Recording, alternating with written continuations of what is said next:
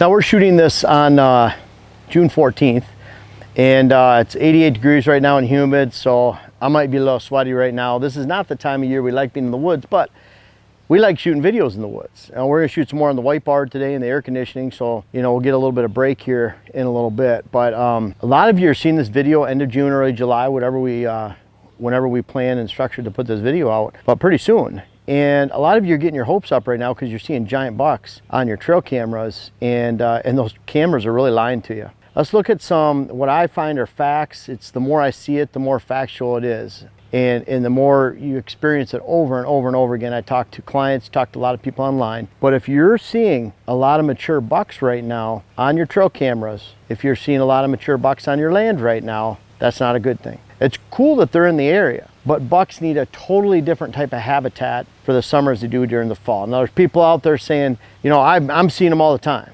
I shoot the ones I see in the summertime.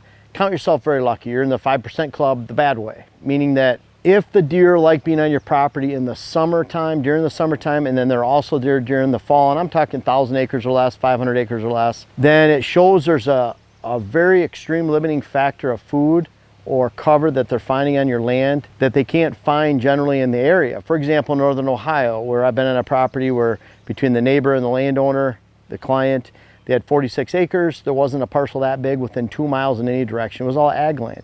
So cover the premium then. If you have shaded woodlots where bucks like to live in the fall or in the summer, they'll probably be there in the fall because they don't have a choice. That's all they have left. But that still doesn't mean you're going to find your optimum number of bucks, that you're going to be able to build a herd. You're going to be able to build your optimum number of bucks, that you're still going to be able to do a good job. It's almost deceiving. It's like saying, hey, you're doing a good job, but you're not doing a great job. And that's what bad habitat keeps you from, even if you have those summer bucks. But by and large, 90% of you out there, when you have bucks on your property in the summer, they're not going to be there in the fall. Look at the annual from May, June through January, the number of bucks you have in your land. August, September is a pivot point. That's why taking a deer survey in August, September is one of the worst things you could do on small parcel. That only applies to large parcel, scientifically managed parcels of thousands of acres or more where you have a captive herd, meaning it's either fenced in or the property is so large that you encompass a giant deer herd or 2 or 3 or 4, and you can compare one year to the other because you're not losing those bucks anywhere. They're somewhere within those thousands of acres. When it comes to small parcel though, in August, September, that time frame represents a pivot point. Deer transitioning from their summer, especially bucks, because does are more homebodies. They want the same thick cover all year long. But bucks in number will increase on good parcels and they'll decrease on bad parcels. You could have the same number year to year in the end of August, early September. You can have it even go up slightly, but that has nothing to do with your October, November, December, January deer herd and your ability to create, inform, and build a great hunt or a great herd. Why is that? It's because mature bucks need high overstory and shade during the summertime. They can't smash their big velvet antlers through thick brush. They need to be able to move throughout the forest, be able to move their antlers through somewhat open cover, and then they need to be able to sit in nice airflow and shade where they're not in a bunch of bugs.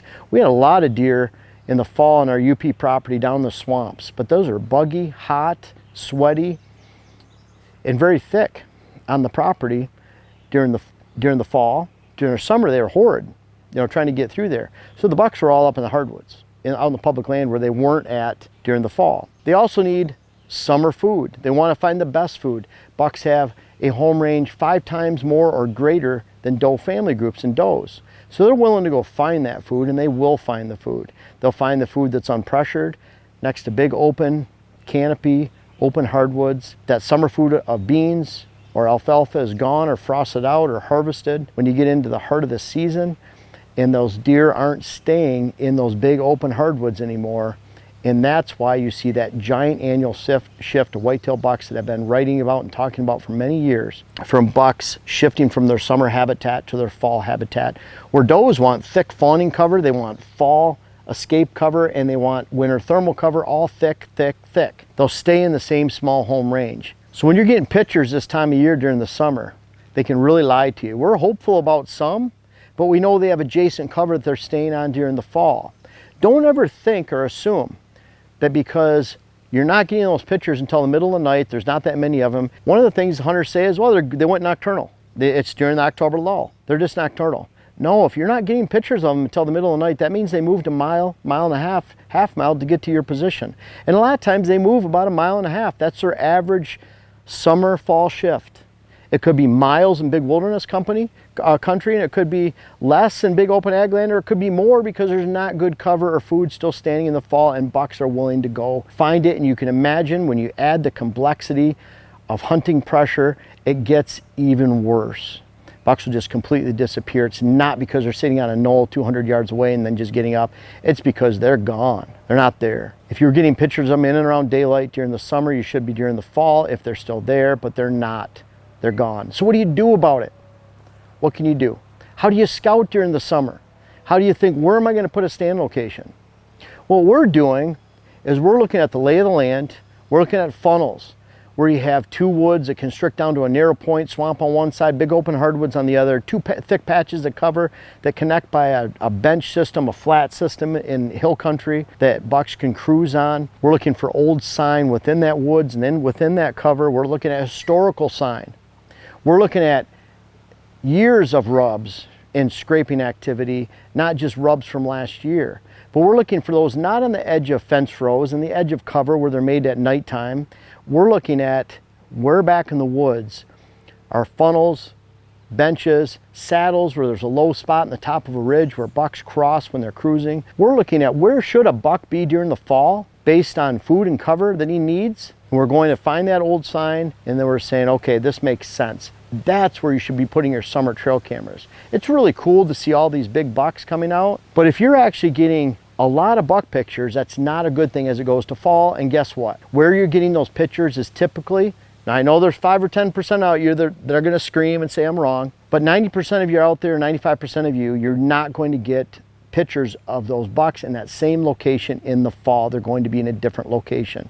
They don't move that far during the summer, but they move a long ways from their summer to fall range. So really, finding when you're scouting, finding good buck habitat. You shouldn't be getting a lot of pictures on. We rely on a mock scrape like this. There's actually toe marks in the scrape right here, and deer tracks. You can tell deer have been here even within the recent rain. We always have a camera back here.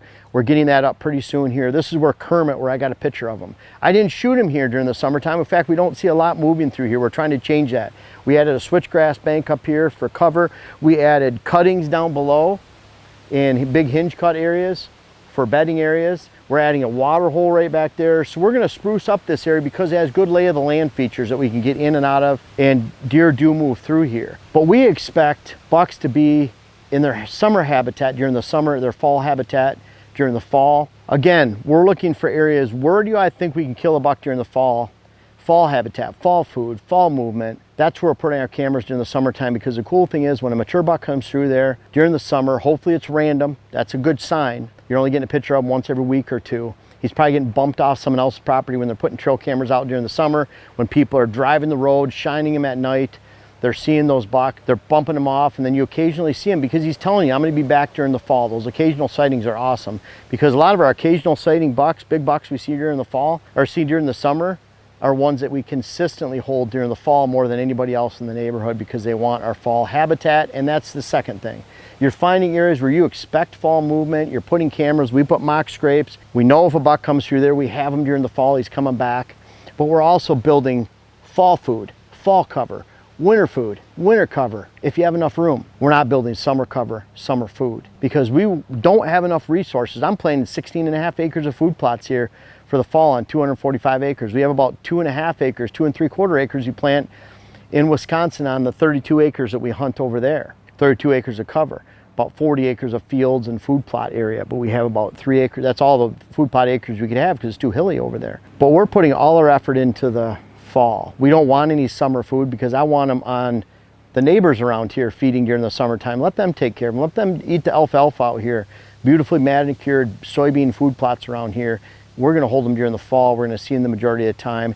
And that's how I talk about shooting 80% of my target bucks over a 10-year period. Someone made a comment, well, if you do these things and you talk about, seeing the majority of the mature bucks, you must shoot your target buck often. Well, yes, I do. About 80% of the time, 1 to 2 bucks a year for about 25 years, maybe 30 years, going back into public land days, private land days, all over Michigan, Wisconsin, and now Minnesota, even Ohio public land.